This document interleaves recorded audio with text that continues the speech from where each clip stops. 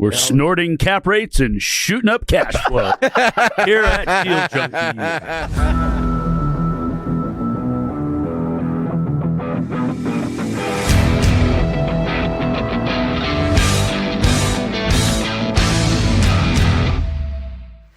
Welcome back to Deal Junkies.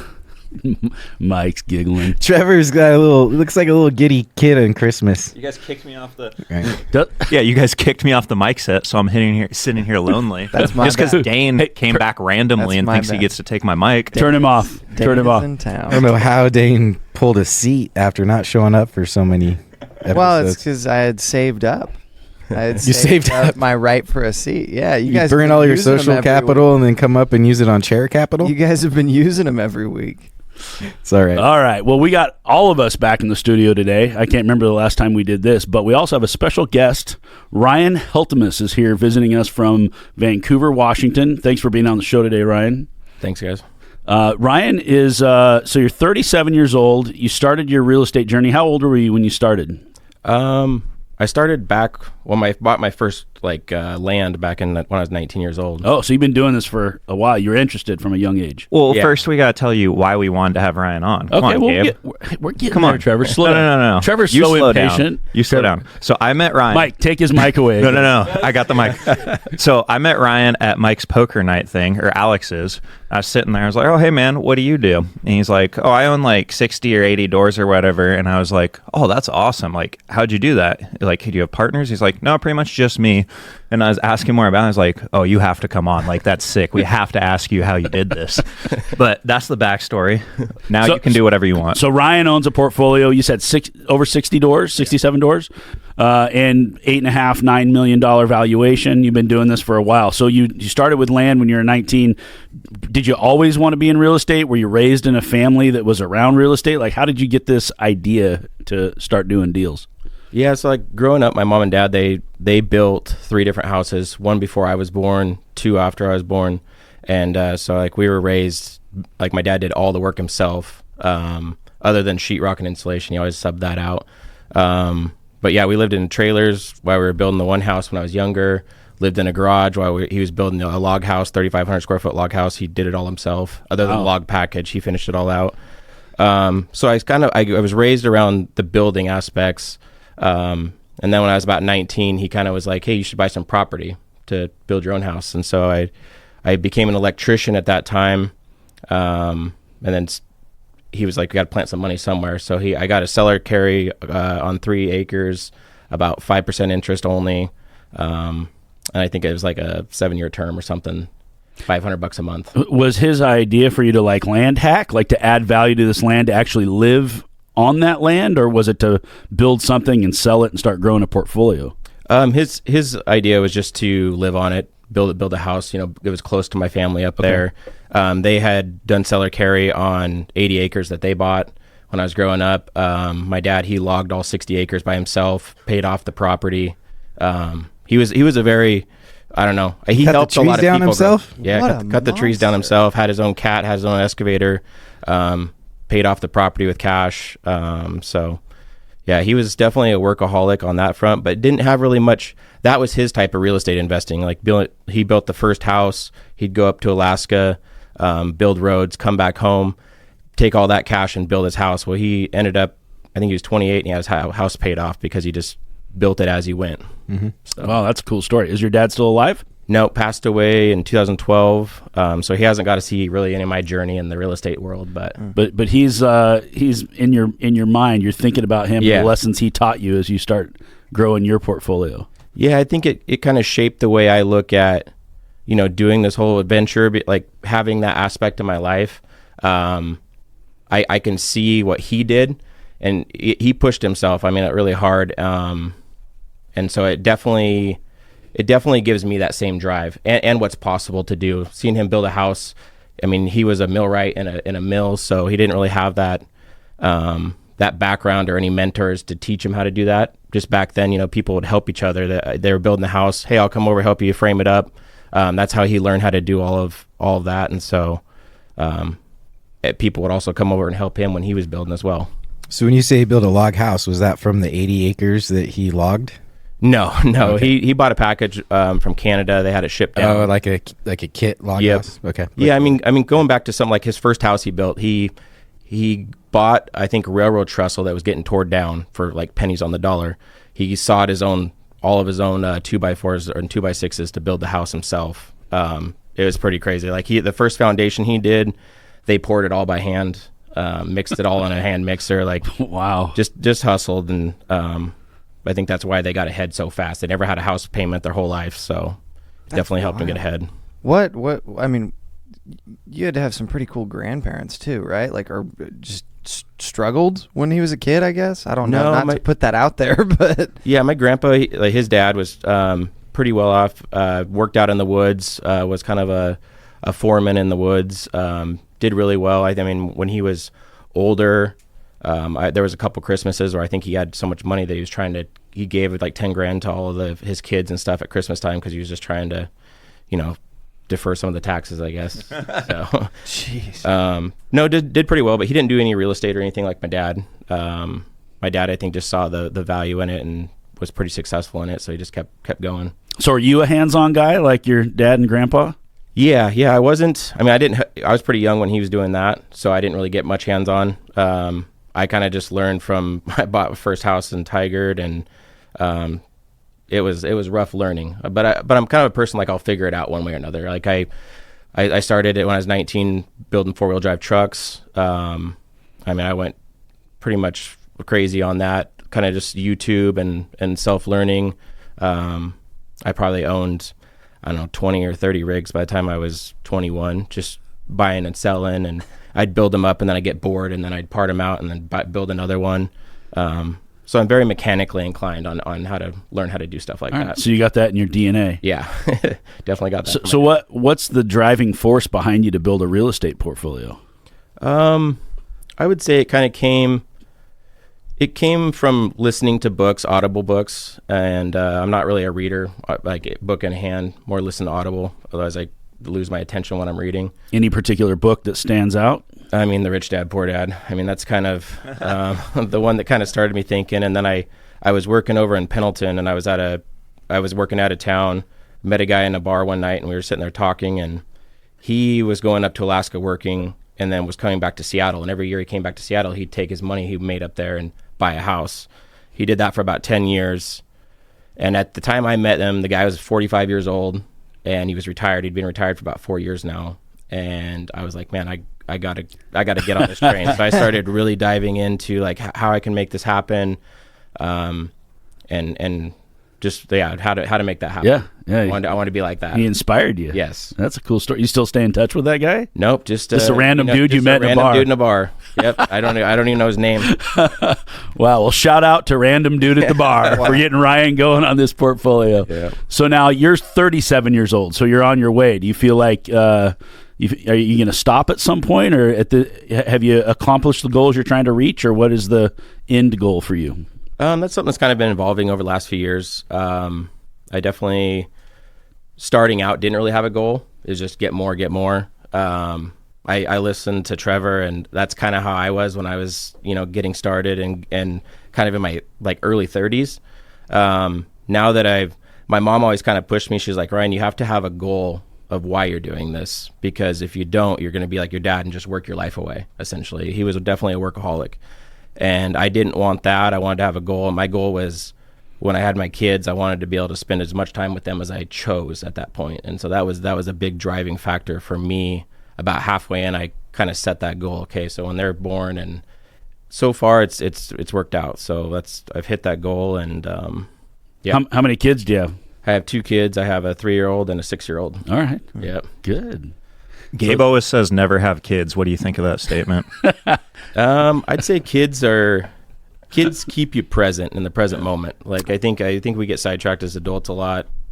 Just what's happened in the past, what you're wanting in the future. Kids give you that presence that you'll never get elsewhere. Yeah. I tell Trevor to not have kids. Not everybody. All right, fair enough. Move that closer to your mouth too a little bit as you're going. Yep. But so you said you bought your first, or you were looking at a 3-acre property when you were 19, or that's the first one you did, or you were just looking at it? So I bought the 3-acre property on seller finance, and then that's it. I didn't end up really doing anything with it for a long time. think that was about 2006. Then the market kind of crashed. I got laid off as an electrician during 2008 for about a year. Did some bridge building and fish culverts out in the woods for a family friend in the meantime. My dad kind of helped me develop it, get a building site on that property before he passed away, but never ended up building up there. Who in their right mind does a cellar carry for a 19-year-old? So yeah, backstory on that. It was my dad's old boss from when he was younger. We, after church one day, we stopped by their house, had a conversation, some lunch, and they're like, hey, we're looking to sell this property over the hill. And so that's when he initially bought his initial 20 acres, and they got it on cellar carry. And then on the second, then they bought an additional 60 acres from them, and that started the conversation. He was like, hey, they got 3 acres up there, and she's wanting to sell it, so all right, jump on it. All right. So what'd you end up doing with that piece?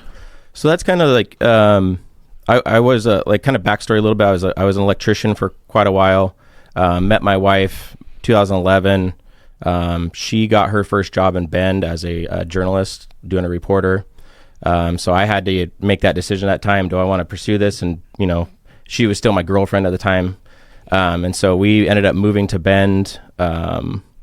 And I quit my job. I got one journeyman paycheck as an electrician, quit my job, and then started started college the next week for summer quarter. Wow.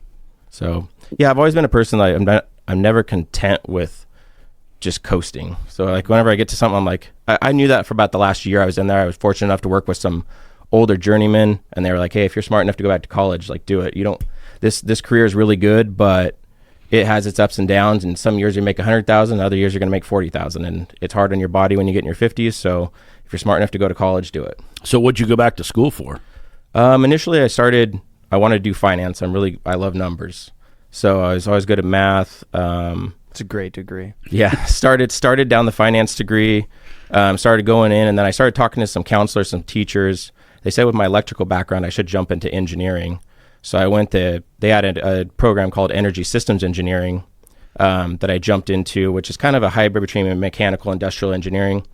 I really liked it. It was weird going 6 years without college, because this would have been, I was probably 26 at the time. So yeah, I'd been out of school for about 8 years. Jumping right back into calculus was rough, because you just forget a lot. Come home first day with homework, you're like, what did I get myself into? Yep. But I mean, going from my last job I worked before I started college, I was working 610s. I did that for 10 months, and I had a 3.5 hour round trip drive. So, I mean, I was 6 days a week working. One day off was clean the house, do laundry, and get groceries for the next week. So it was not a life. Were you making $1 million? No, I probably would have cleared about 100,000 if I would have continued to work that last year. But wow.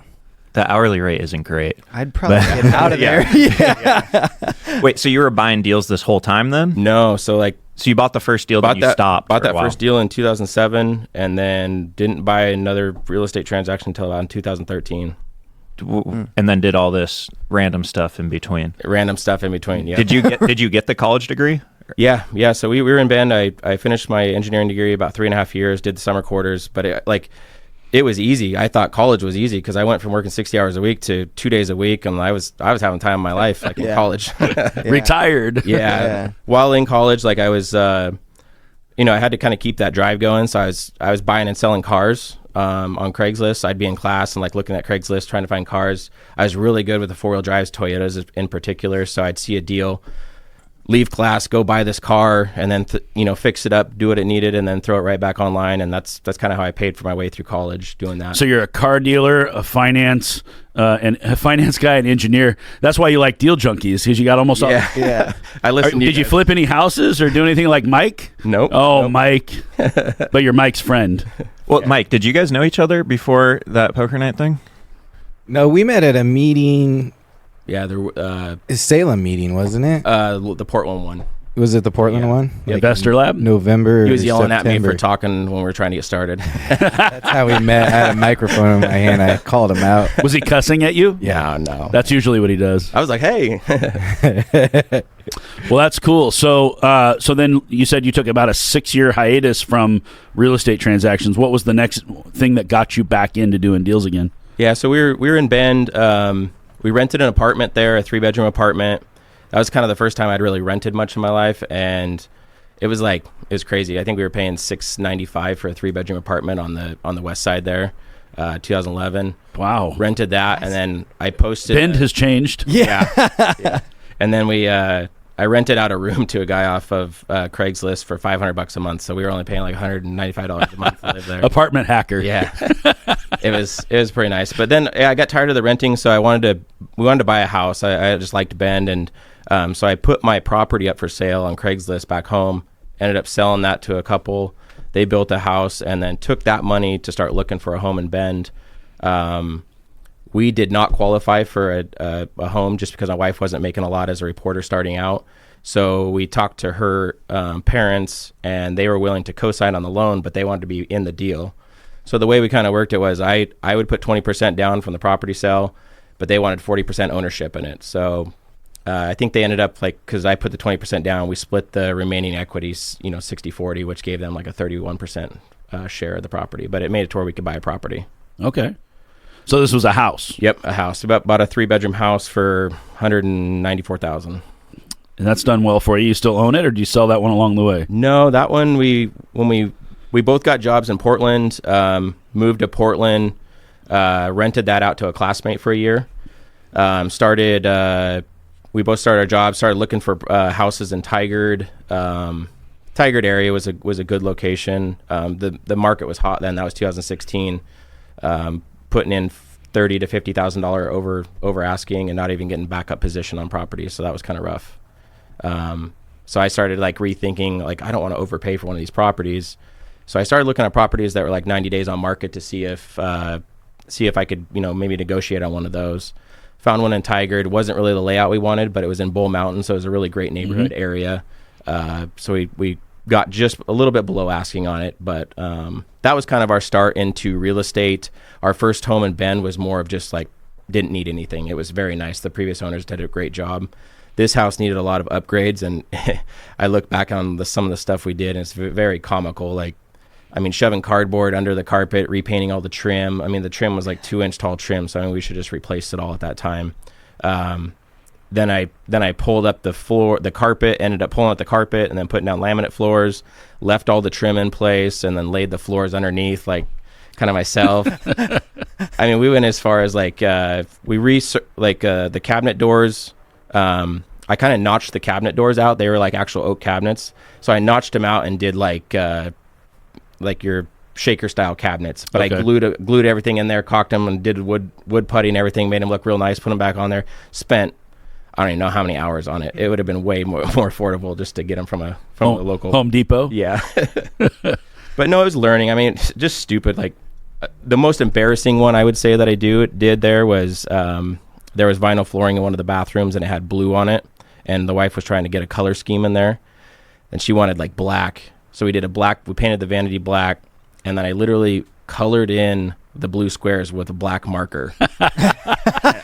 Sharpie in the vinyl. And I look back and it's kind of comical because I laugh. I just had no experience, but I was just I'm going to figure out how to hands-on do something here. Just like Dad. Yeah. So this was, you ended up keeping that house as a rental too, or when do you enter into the investment real estate world? Yeah. So that's when I really started. I was traveling a lot over to a big company that we all order stuff online from. I was working over there a lot in Boardman, Oregon, and so I was driving about 3 hours to get over there and then an hour each way to work each day. So I was listening to a lot of Audible books, and I was like, okay, I got to get some more real estate. And I was like, I don't have a big down payment for a property, so I need to figure out how to make that happen. And so let's see, I was like, I got to sell the Bend home.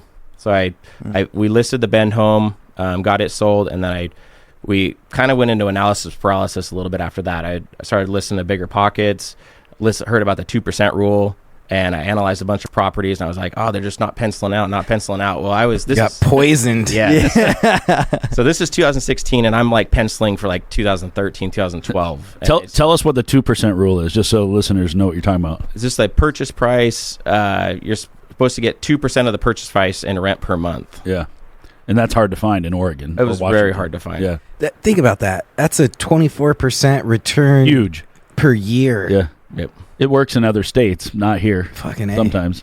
Yeah, I did. I did probably back in the early 2000s. Hey, move the mic with you. You can. Okay. You can tilt it anywhere you want. Sounds good. But yeah, I mean, buying the down payment for our home in Tigard, last 2 quarters of college, I took out a large, biggest student loan they would allow me. I think it was like $30,000, and that's what I used for the down payment on my first property. Oh yeah, It was cheap interest. It was like 4% interest. So. was that allowed? Like they're just They didn't know because I had the cash to pay for it, but I was like, I'm gonna take out a student loan because I was already planning on buying a property. Okay, hell yeah. Then we sold the Bend property. Kind of went in that now. Who here hasn't done something like that? What are you talking about, Mike? I used tax withholdings to buy my first property. Oh yes. And then kind of went in the analysis paralysis. That was kind of a problem for a while. And I read some books that were just like, you just got to get your first deal. So I found a deal up in Battleground, $250,000 house, rented it out for $1,900 a month. Then the tough part came. I had to convince my wife to move from Bull Mountain to a house I found on Craigslist in Vancouver, a duplex.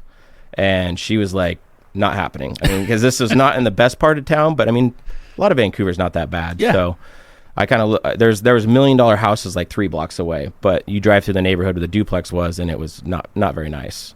So we went round and round, but she trusted me and came along, and I commend her for that because there's not a lot of wives that would do that. First night we move into the property, she gets her car window broken out. Oh, and off to a bad start. Yeah, off to a bad start. We start talking to the neighbors, and they're like, "Hey, that never happens. Like we've never had any break-ins and something." I guess there was a party down the street, and some guys got kicked out, and they broke a few car windows on the way out. So it was nothing. Like they didn't even open the glove box or nothing. I think it was just a rock in the window, but didn't help my cause at all of convincing her.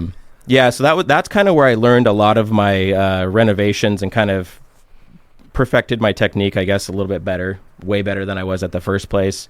Renovated that unit, talked to the other tenant in the other unit to let me renovate while she was on vacations.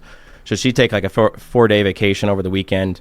I would renovate her unit, do the floors, and then she'd do another 4-day. I'd paint it on the weekends. But I mean, in that time of my life, it was after I got off work, I was working, and then on the weekends I was working. I was taking vacation days to work. It was a lot of work at that point. All with the vision that at some point you'd have kids and be able to have time with them. Yep. And this is kind of when I started molding that idea of like what I want. And my mom was the biggest pusher of that. She's like, don't be like your dad and just work to work. I think he kind of had some form of like high functioning anxiety, always worried about the future, being set up for the future. And she didn't know what it was, but I kind of narrowed it down to that. I think I had a little bit of that as well. But I kind of started it. Yeah, I set goals, like she said, and you have to have a reason. So my reason was the kids.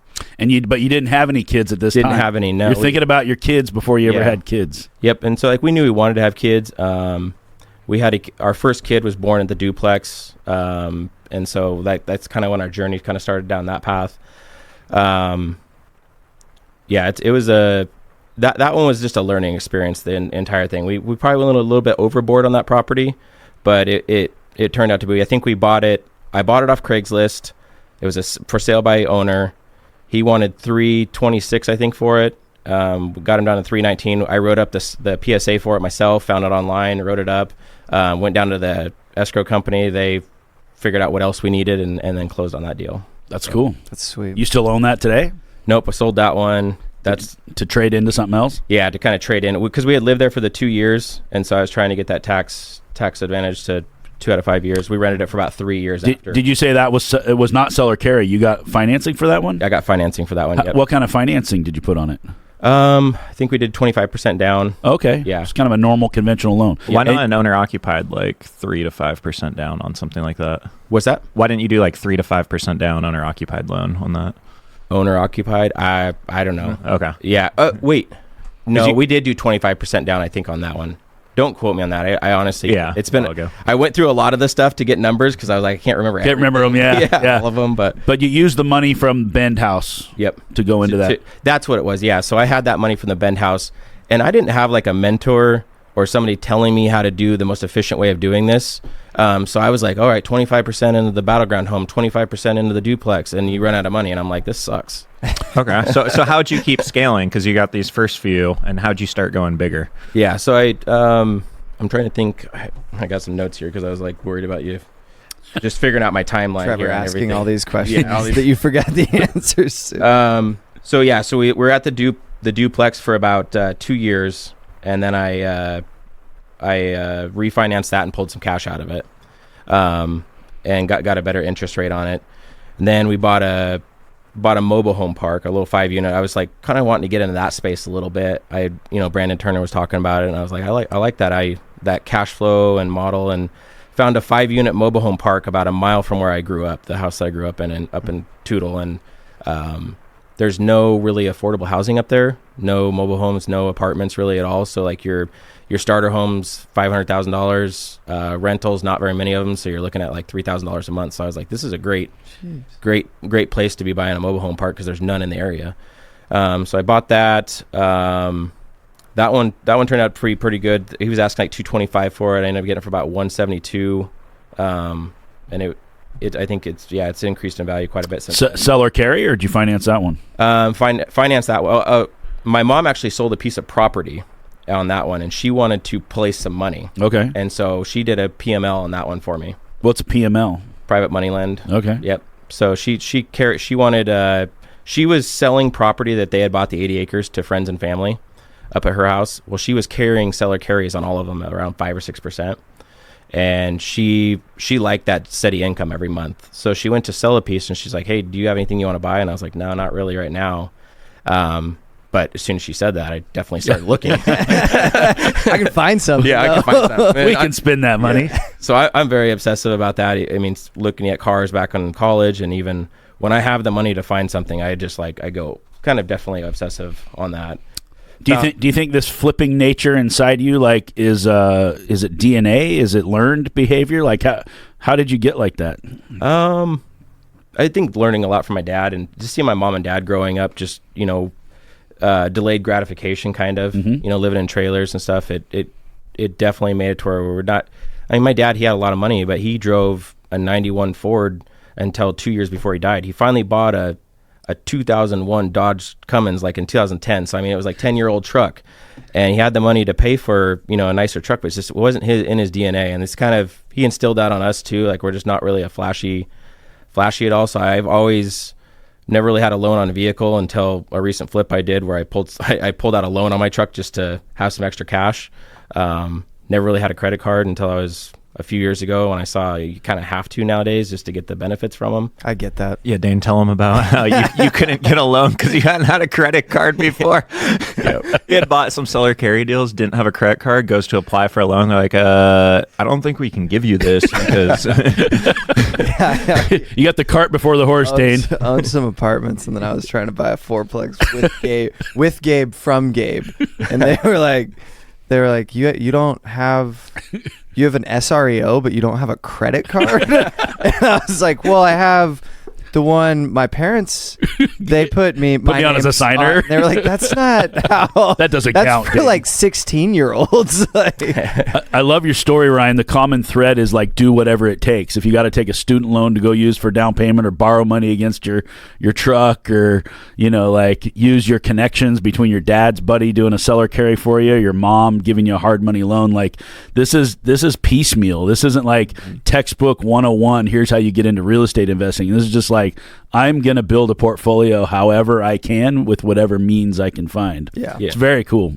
No, I love that story. I mean, I was going to say the same thing, where it's like, it also took you, I mean, I'm not saying it took a long time, but like, you just slow rolled it. Like, And he inched you it weren't along. trying to, yeah, but it's like, if somebody came to you and you were 22 years old or 21 years old, and you were like, hey, by the time you're 37, you could own 62 units. You could cash flow X amount. You'd be like, oh, that'd be sick. Like, that'd be the perfect world. Like, you don't have any Until you see what it partners. takes to get there. Yeah, and then you see what it takes to get there. But it's like, yeah, I mean, I tried to do a deal a year or a deal every other year. Like, it doesn't sound like you're aggressively trying to acquire all the time. How long were you actively investing in investment property before you had the time freedom you were looking for? I think I left my job in 2021. So I was working quite a bit, and then doing all the work myself. I didn't really hire anything out until, gosh, I think until I got my 20 unit, I hadn't really hired hardly anything out at that point. I did all my own renovations, all my own turnovers. So you're like 7-8 years into the cycle. It seems like you're like 2013. You really start hitting it. By 2021, now you're finally starting to scale up to where you're not a one-man show. You can build an infrastructure and a team around you. Yep. So are you still hands-on, or do you have a team that works underneath you? No, I'm definitely not hands-on anymore. Got more of a team in place. That was just, you can't scale to the point. That's my advice to newer investors, is just you got to get to a certain point. It's fine for your first few to, do the work yourself to kind of build that sweat equity. But at a certain point, if you want to scale, you got to start hiring stuff out. And I think there's a learning curve to that too. And you got to do what's your highest dollar value. And I think once you start getting good at finding deals, you have to find the deals and then pay the other people the money to fix them for you. How do you determine your highest and best value? Do you have a dollar amount in mind of like, this is what I would pay myself to do the job, and that's too much, so I need to hire somebody else? Or what's the calculation? Yeah, I kind of go back and forth on that, because like if I'm true to myself, I'm worth a lot more than what I tell myself in my head. But like at a minimum, like it has to be like $100 an hour to be doing work, which even to this day, like I don't do that all the time. I think part of once you quit working, what I found out is you have to find stuff to keep you busy. And so I don't mind doing some of the work. I actually enjoy it. But I'm definitely more pick and choose what I do now. And now I would say I only do like 5% of what I used to. So in the last 4 years, have you worked a W-2 or had a now money income, or is it all you're living off of real estate at this point? Living off of real estate. And that was kind of going in 2020, I can tell you about the one deal that we did. I kind of started, I was looking at deals and I just couldn't get anything to cash flow the way that I wanted. So I was like, okay, I need to start stepping up into bigger deals. I started looking all around, couldn't really find anything. Started looking up in Chehalis. I saw a 20 unit that I really liked, but I definitely didn't have enough money at the time to take it down for a down payment.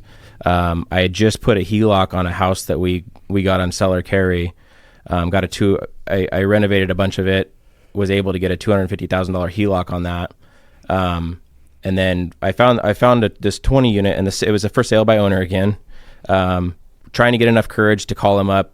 Didn't really know that space that well, so I was a little bit worried. It went pending like 2 days before I finally got the courage to do it. Ended up falling out January of 2021. So I call him up and I'm like, hey, I've got at that time like 12, 13 units, something like that. Really interested in your property. I'd like to make this happen, but I don't have the down payment. Would you carry back $250,000 on my down payment? I'll put $150 in for the down payment and then do all the closing costs and stuff. And he was like, I want to meet you for lunch first. And I said, okay. So we went and had lunch, and during the lunch, he was like, gosh, you remind me of myself when I was younger. He's like, I'll do the deal, but he's like, on one condition is you have to pay it forward someday. And as soon as he said that, I was like, well, that's part of my goal. And this whole thing is like, once I get to a certain point, is I already trying to pull friends into doing this and stuff, because I'm like, guys, this is amazing. But like, that's my whole goal. And it is, I've got enough now to where I can support myself and stuff. But going forward, it's going to be making money to help others somehow. I haven't figured out what that cause is going to be or how I'm going to do it, but I think some of it's going to be education in high schools and stuff about, buying homes and not going the traditional route of W-2s. Your success is going to be exponential. Yeah. The further you go towards helping other people do it. Yep. And that's why I figured out I get true joy out of helping other people. I think that's when I quit my job, I went through like a 1 year period where I was just trying to figure out what truly makes us happy, what makes us tick. And I think serving others is high up on that list to be happy. If you're not, you're never going to find that true happiness. So true. Can you tell us what you do every day? Like, in what kind of work are you self-managing? Like, are you asset managing? Like, what do you do to run your real estate portfolio? So I was managing all the units up until last summer. I was doing 61 units at that time, and I was just like, I wanted to scale. And I just like, I can't do this anymore. There's just, following up with all the tenants after every month of rents to come and due and stuff. I was just like, this is overwhelming, and it's taken a toll on just my stress level. So I hired property management to do a lot of that. I think I hired property management on 52 of the units. That was kind of a learning curve. Definitely gotten better at, figuring out which ones are decent and which ones aren't. How do you figure that out? Asking some questions, but I'm still figuring out. Like yesterday, I was on a call with my property management company because I started auditing my rent rolls on stuff, and I noticed some problems in the rent rolls. Because I managed my own properties for like 8 years, and I recommend people do it starting out because you have to understand that process a bit so that you can audit your property manager a little bit on the properties. But I looked at the utility surcharges they were charging. I was like, that doesn't add up to the number it should on the one property I'd purchased, and messaged them. They didn't get back to me. Finally, I was like, you guys need to check into this, and they didn't. So I just took my monthly statement, ran through all the payments that had been made, and I'm like, hey, there's 5 units that aren't getting charged utility surcharge, and when you guys took over, they were getting charged utility surcharge. So from there, I was like, okay, well, you kind of lost my trust. Now I want you guys to send me all the rent rolls with every charge on it for the 2 properties. And so I ran through that. It took me a couple hours, ran through it, found some rents, that they had just renewed the leases, didn't do any increases on, marked down all of them, and then had that tough phone conversation with them, be like, hey, you guys screwed up on this. They re-rented a 2-bedroom unit up there that should have been renting for, or no, it was a 1-bedroom, should have been rented for about $11.50. They renewed the lease at $8.75, and it was at $8.75. And so that was a problem. So I was like, how are we going to make this right? Well, they ended up giving me back some of their fees, and they are going to make up the difference between that rent for the next year. That's good. They made it right. Yeah, I made it right, and they made it right on a couple other ones as well. But yeah, I think just knowing, I think definitely I had her in the hot seat for quite a while. I kind of felt bad, but I didn't, because I'm like paying you guys a lot of money. Well, as an owner, you're the asset manager. So property management only goes so far, and you got to be keeping an eye on it. So it's a property is always going to perform better when it's got a good property manager and asset manager. Just because you hand the keys over to a property manager doesn't mean you can just set it and forget it. You got to be paying attention. So yeah, as a leader in anything that you do, you need to understand where the flaws are in any of the tools that you're using in property management. So understand their flaws. Think about the property management world. It's getting taken over by VAs that don't have a macro view of how do we maximize NOI in the property. It's what's this little process that I go down based on a check sheet that's given to me by someone who doesn't care about the macro on the NOI, that was given to them by probably the owner of the company or a manager below the owner. So by the time you get to the actual operations of your property and the detail level, you don't have a professional looking out for your asset. And so as an asset manager, you have to have checks and balances in place to manage your property manager. I think a lot of people just miss that when it comes to scaling and building a portfolio. I wanted to go back to your seller carry. I love the fact that you talked about working in the business to gaining all the skills so that way you understand how to manage a property manager. I think that's one thing I talk about a lot and a lot of people miss out on. Gabe focused and really talked about how you're pushing that snowball up the hill to gain the momentum. I want to go back to your seller carry because it feels like at that point in life, that was 2020, you went to Bend in 2011, back to Portland in 2016. Yep. Yeah. Okay. And so that's when you really started focusing on actually building a real estate career. And I wanted to talk about when you start feeling that leverage in life and when you then start changing who you are from an identity, start delegating, start building a team, start looking at it at a different level. For me, it felt like 4 to 5 years in is when you start feeling that momentum. Yep. About 7 to 8 years in is when you realize that momentum, and then you have a portfolio with equity to back that up. And then you have to start making changes in how you operate from a mindset standpoint. So going back to that seller carry, I've seen this with so many people that I've coached throughout the years where you find a seller and all they do is talk about how you remind me of myself. And there's a statement I come out of that is doesn't matter what type of a person you are when you're a buyer, there is a seller that matches exactly or mirrors exactly who you are as a buyer. And so for people out there that are listening that haven't really taken action in the direct to seller or seller carry world, have faith. That person is out there. And like you said, you were afraid to call. You didn't make the phone call. They got into escrow with a buyer that wasn't the right buyer for them, but you did make the phone call and you found out it was pending and that you missed out.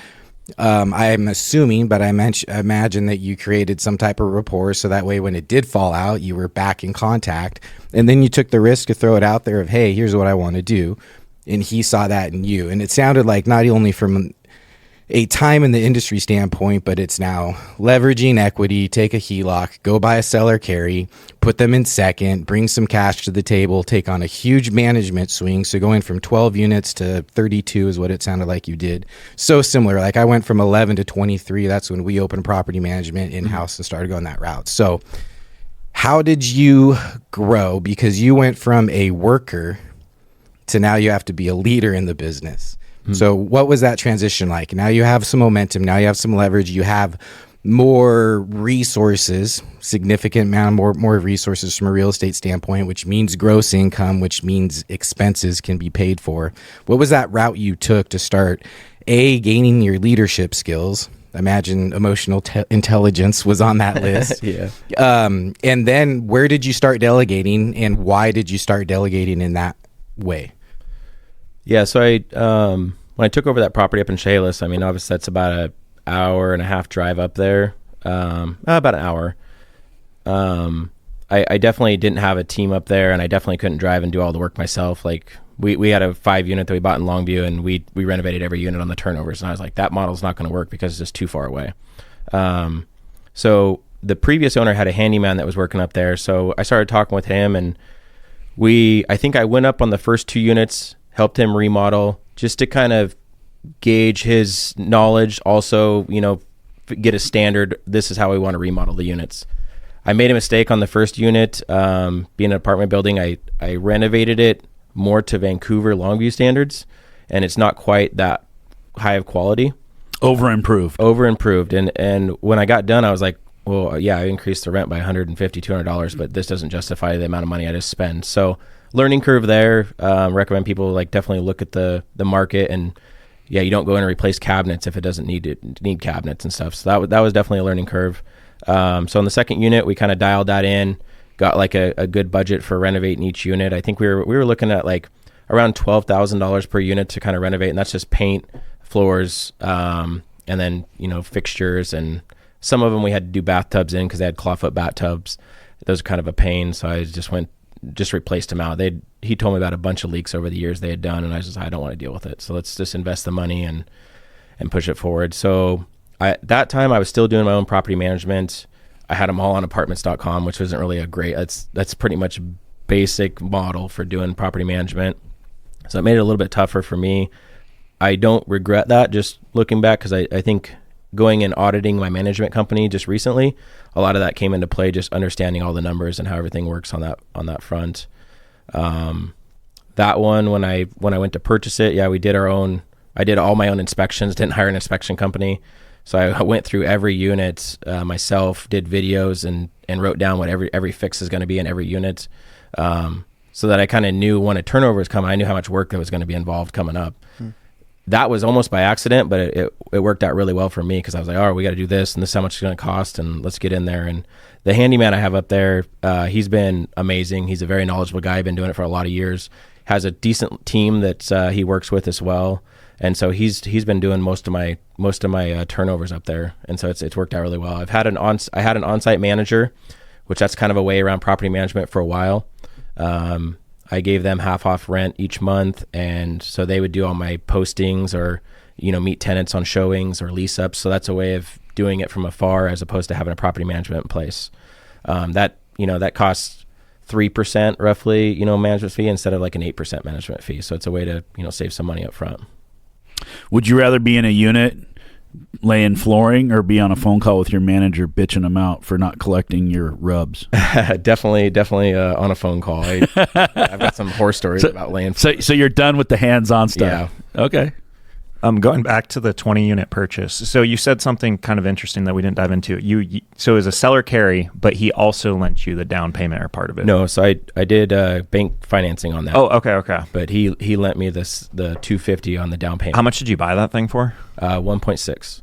Okay, and that was a good price at that time, or it just was normal price because the rents were at $600 to $800, or? Yeah, I mean, I think that one had like a pretty good cap rate. It was like 7.7. Okay, wow. So it had a really good cap rate. I was able to go in and raise rents like right away. Like I didn't know the area, so I definitely had to go educate myself on what I thought rents were. There's not a ton of rentals in Chehalis, so I was like, that's going to benefit me in the end, raising rents. How many people left when you raised rents? In that building, not a ton. How much did you raise them? So over the first 16 months, I went from $15,000 a month to $20,000 a month. So raised it quite a bit. And you have no rent control in Washington. No right? rent. Not yet. Yeah, not yet. So that's we were just talking about that. It might be coming. Yep. And so that I was able to do that, raise rents very quickly. I definitely had some turnovers, which I wanted. I wanted, 1 to 2 a month. Yeah. Would be good. I wanted back to back, keep those guys busy and going. And that's, I had a plan on refinancing it around 18 months anyways. So I wanted to, I got into kind of a higher interest rate on that one. Went through a credit union, it was like 5.5%. But I was like, I just want to close it because I know it sounds pretty low today. Yeah, it sounds low today. But I was like, I just want to close this thing and start, renovating units and increasing the rent. So you said it took you 16 months to improve your rent roll. Did you do that intentionally so that you didn't have a lot of fallout, or was it just you wanted to do it in phases, like certain how did you determine which units to start raising the rent on first? So some of them were month to month. Those got increased the day I closed, essentially. Okay. Sent it out. And then the other ones, I'd say about half of them were coming due within the first 4 months. So I, as they came due, I sent them out, which it just worked as a stair step, which worked out really well for getting everything done in that 18-month window. Yeah, in my mind, I'm thinking, how do you plan logistically to sort of force 1 or 2 turnovers a month? Because it usually doesn't quite work out like that. No. You want it to be 1 or 2, but you get like 0 for 3 months, and then you get 5, and you're like, shit. Yep. Now I got to go try to turn 5. You're spending too much money. It takes too much time. Like, there are methods to sort of plot this out to give yourself a better chance at getting those 1 or 2 a month. Yeah, and that's kind of the only way I could do it. Is I would say I got lucky a little bit on that front. Okay. I definitely tried to plan it. On my second building, I did more a better rollout on that, just kind of planning, stair-stepped a little bit better. But on the first one, I'd say I got lucky. I think the fact that it was during COVID, a lot of people were nobody's moving. leaving, yeah. And those rents were already low. There's not a lot of inventory up there for people to move to. So that made it easier, and there wasn't a lot of people moving. You've got a lot of leverage as a landlord when you're in a very tight market like that. Yeah. So that one, it was kind of funny because I closed May 29th of 2021.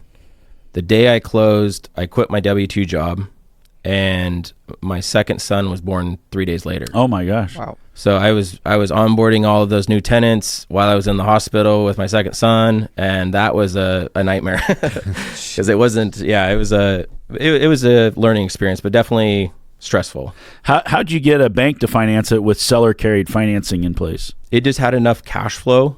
So it debt covered with both loans, and the bank was okay with him being in second. Yep. And even having my HELOC in the background, they were fine. They were fine with all of it just because it had enough cash flow. So you essentially bought 100% levered then on your end, because you had 150 from the HELOC, 250 from seller, 1.4 bank. Yep. And how long did the seller give you that loan for, and what did it look like? So he gave me a 3-year term to pay him off. We did agree and wrote up a contract through a lawyer that I would put up 2 of my houses as collateral for that loan. So he took a second on the acquisition, the 20 unit, and additional collateral. With the 2 houses. Yep. Okay. And so then I ended up, looking back, I probably shouldn't have done this, but I sold the 2 homes just to pay off his loan. Just because I was like, okay, I already started seeing that model of the economy of scale of the apartment building space as opposed to the other stuff that I had done, the smaller stuff. And I was like, I kind of want out of the single family real estate and want to start going more towards apartment buildings because I just, the roof's 5 times as big, but there's 20 of them instead of just one house. Had you lived in those houses that you sold? We lived in 2 of them. We lived in the Tigard home, which we sold, and then we lived in the duplex, but we sold the one in Battleground, the initial one that I bought. So did you have to pay cap gains on those houses you sold when you paid this note off? Yes. Yep. Okay. So in retrospect, what would you have done differently? Well, so the Tigard one, so I should have 1031'd that, and I think you could do a reverse 1031, which I should have set You up. would have only had 6 months though. Okay, to do it. So I wouldn't have been able to do that either way. Yeah.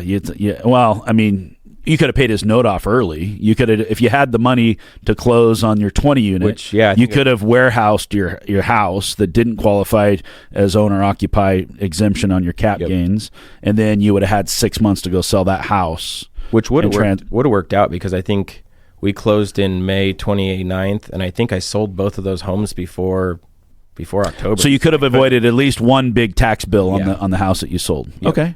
Well, that's a good learning lesson. Yeah, too. and I think that's just not having the mentor. Yeah. I recommend a lot of new investors, like, don't do my route of, I mean, my first meetup was last year, May of last year. I mean, I didn't know anybody that was doing this, and so that kind of sucks. I think I messaged Mike on one of his posts, and I was like, I feel like I'm on an island right now. Did he reply to you? Yeah, he was like, no, it's a normal, it's a normal feeling. Yeah, to kind of feel that, and that was kind of a weird, because I don't have any friends that do it. During the journey, I definitely had friends and family being like, "You're working way too hard." Yeah. You're working. I was like, well, I've got this goal, and even my own mom told me that. What do they say now? They're like, hey, I want to get on your next deal. But I use that as fuel. I didn't use that as discouragement, because I knew myself. I knew what I was going for. So it didn't discourage me. It just, I mean, when you have your in-laws, they're like, you're working too much. It's like, well, I don't have kids. Like, why wouldn't I do this now? My goal is when I have kids, I'm not doing this. And I think I got through to them a little bit with that. So how come you weren't going to meetups or anything until more recently? It's funny. I wanted to. I started, I got the meetup app a couple different times, and I looked, and I think part of it is I didn't have the connection on Facebook to even know that the meetups in Portland were happening. Yeah. So I think that outreach in those programs I think just advertising a lot more would probably be better, because I didn't even know they existed. I think there's a lot more available to new investors today than there were back when you got started. Okay. I could be wrong about that. I didn't even know meetups existed. I didn't even know podcast existed. This is all new. You're old, though. That's true. I'm 49 years old. Be your grandpa. We've been filling rooms since 2012. I don't know what the fuck you're talking about. We're almost an hour in. Let's wrap it up with mentorship, because you touched on that. We got more deals to talk about. Well, but that's the second episode, I right? want to dive into it. I'm curious how you got into the next. Sorry, I'm not talking to the mic. We can get to that next mic, but it's my turn. Are we doing a deal? We will. I was curious, what'd you do after that? So 3 years between then and now, you just bought another big plex, or what'd you do, like high level? We don't have to dive super deep, but Yeah, I mean, I bought a single family home in 2020, closed like right as COVID hit, which was actually kind of nice because it gave me something to do for the start of COVID. It was a 5-bedroom home that we split into 2 units. Bought it for $280,000, but it was more of a zoning allows for a triplex in the back, so that's just kind of a banking for future. But you did another big deal though, right? Yeah, so that's I refinanced the 20 unit, and then that's when I pulled out. I think it appraised for $2.7 million after 15 months. So then I pulled out like about $650,000. So you made $1 million in 16 months, 18 months, yeah. Yep. with $150,000 of your own. On paper. But you pulled money out, and then you put that as the down payment on the next deal. Yep. And did you sell or carry that thing, or what'd you do on that? No, so that was the most recent deal that I bought this last December. I actually saw this deal. Do we want to dive into this one? Are we doing another episode of Deals? Okay. Yeah, let's do this. Let's wrap this one up because we're an hour in, and then on the next episode we can start with mentorship. Okay. And then about now your next big purchase, we'll deep dive on that deal. Well, let's finish off the story clean, Mike. Gabe, take over. We're a mess right now. No. You can't say finish up the story, Mike, and then say Gabe take over. Never let Just Mike finish and the Trevor story. share a microphone. It's a disaster. Wow. Well, so how big is this last deal you did in December? It's a 27 unit. 27. It's about a rock throw from my other 20 unit up there in Chehalis. So I have a question. Like, once you bought your 20 unit, did the houses just seem like they were small now? Like, now you just always wanted to chase something bigger than 20 units?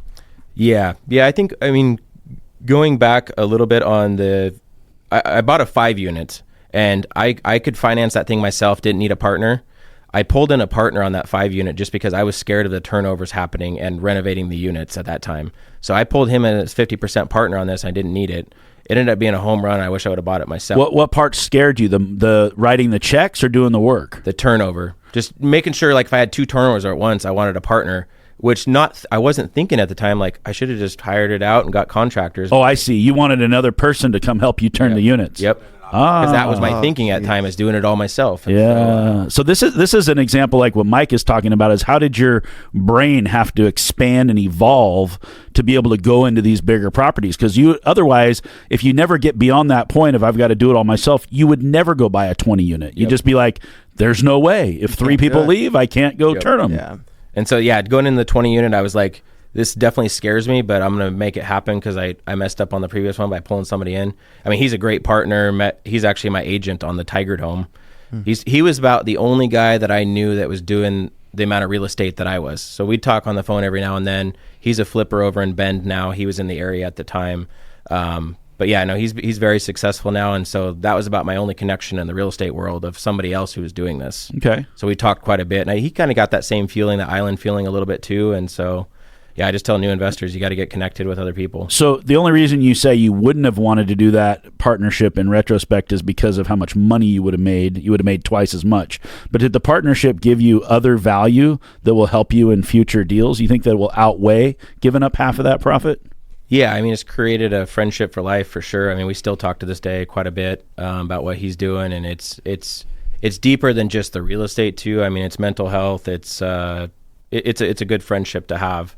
And it's kind of gone into that. But yeah, no, he had a lot of knowledge in flipping. So when we went and did our first renovation together, he took his best ideas and my best ideas of what we had done. And we definitely, there was ways I needed to improve and ways he needed to improve. And so it made it better all together. Would you buy more deals with him? Oh yeah. Yeah. I think in the future we definitely will. He's doing a lot more flipping right now. I just did a recent flip, and flipping's not for me. But so you're cool with partners, but you're not cool with flipping. Yes. Hey, we share that in common. Yes. I've heard you talk about it on we here. could be friends. That's exactly how I feel. I spent more time in this last year. I did a flip. It took 4 months. I had more work into that 4-month flip than I did with my 27 unit that I purchased in December. Yeah. You also fucking went to the deep end right away on your first flip. Yeah. It was a 5,200 square foot home, so it wasn't. It wasn't an easy one. No, it was a 3-level, $400,000 renovation. It was. Oh, not a fluff and buff. No, it's still for sale. So he is like me. Yeah. Wow. Let's talk about that. He's like all of us, a little bit of everything. Yeah, I definitely got the shiny. Well, that was part of going to meetups. Is I met some people. I knew a guy from being I knew a guy from being an electrician, and we ended up doing that deal together, and so it was interesting. Yeah. So what do you envision your next deal to be? Apartment building for sure, or parks? I do a large mobile home park. Yeah. How large? As large as I could take down with some partners. Is there a amount of units or a dollar amount that scares you? No, like that's I have a very high risk tolerance as long as I'm going into a deal and I've looked at the numbers over and over. So if you studied it, you really know what you're getting yourself into. Yep. A deal of any size makes sense. You just have to go find the money, find the partners to put it together. And that's kind of how I look at all of them. Like I definitely have this I can't and mentality. There's a way. There's always a way to make it happen. Now that you've gotten to the size that you're at, you have a new problem. Is you have the power now to go do a deal that could totally wipe you out. Yep. So you have something to lose because now you have the time freedom with your kids that you always wanted. You're living a pretty good life. Now what's happening is you're evolving into a deal junkie to where you're just like, well, now I'm just going to go do it because it's fun. And then you might go do a deal and one day go like, oops, yep. I shouldn't have done that deal because it might take me backwards to where I was when I started. So is that in the back of your mind ever as you're underwriting new deals? 100%. I mean, this is a conversation I had with that guy that from Bend is. We had this actually recent conversation is it worth the risk to keep scaling at the pace we have been in this, where we're at right now with the economy? Or am I content with where I'm at and then to grow slowly? And so that's where if I go into a big deal, it'd have to be a home run, kind of like my previous 2 deals. I'm not just going to get into a deal that is a bad deal. And sometimes you don't know going into a deal that's a bad deal, obviously. But yeah, I don't think I don't want to risk going back to work to gain more value or gain a higher net worth. It's just I don't think it's worth it to me. Do you feel that you can just easily recognize a bad deal now?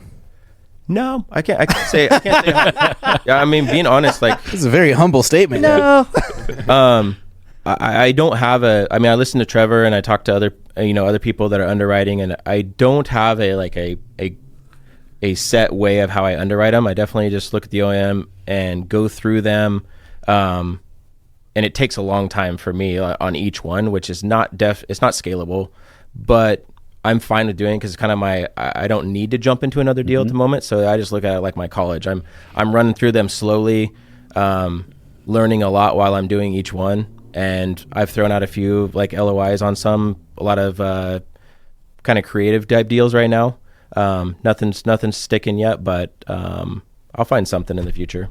I'm fully on board with that process of learning it yourself and creating your own system and your own numbers and not relying on a calculator. I think, like, I use a calculator, we have calculators, but for the transition into bigger partnerships and different holds, I personally am running every project myself in a different manner, in a new way, just so I feel like I understand it better. I think that's just a prudent step to take. If you're smart enough. If you're not, you got to call Trevor. He'll tell you. Yeah, I like the number side of things. I enjoy that side of. You're a spreadsheet guy. Yeah. All right. In some ways, I wouldn't consider myself like an integrator, but I definitely like to look at the numbers. Cool. Well, Ryan, your story is super inspirational. We're going to come back and do a follow-up episode and talk about some of your deals and deep dive into how you put some of these things together. Before we wrap it up, for people that are listening, do you have any advice for somebody that's just getting into investing? I mean, I'd say, get connected with other investors, for sure. That's a huge one, as far as just skipping the steps that I did. You're like missing out on, selling that house and doing a reverse 1031. If I would have been around you guys or other people, like, they'd have been like, hey, do this, and it would save me money. It's a super friendly and collaborative culture that we have in real estate. So don't be afraid. I like what you're saying. Don't be afraid. If you're, even with us, like, we've got listeners calling us and sending us messages and stuff, asking questions. We're happy to give advice on your next deal. And that's the funny part about being like a networker and a junkie, is a friend won't let you do that. They will force you to do a reverse exchange out of ego and pride of, no, there is a better way to do it. Let me show you. And they're going to get off on showing you how to save money. Yep. Cool. Well, thanks again for being on the show with us, Ryan. Hopefully everybody's getting something out of Deal Junkies. We hope that you're all buying more real estate because you listen to this podcast. That's why we do it. And if you don't have a lot of friends in real estate, you got us. So feel free to reach out, and we'd love to have you on the show if you're interested. Thanks again for joining us, Ryan, and we will see you next time, guys.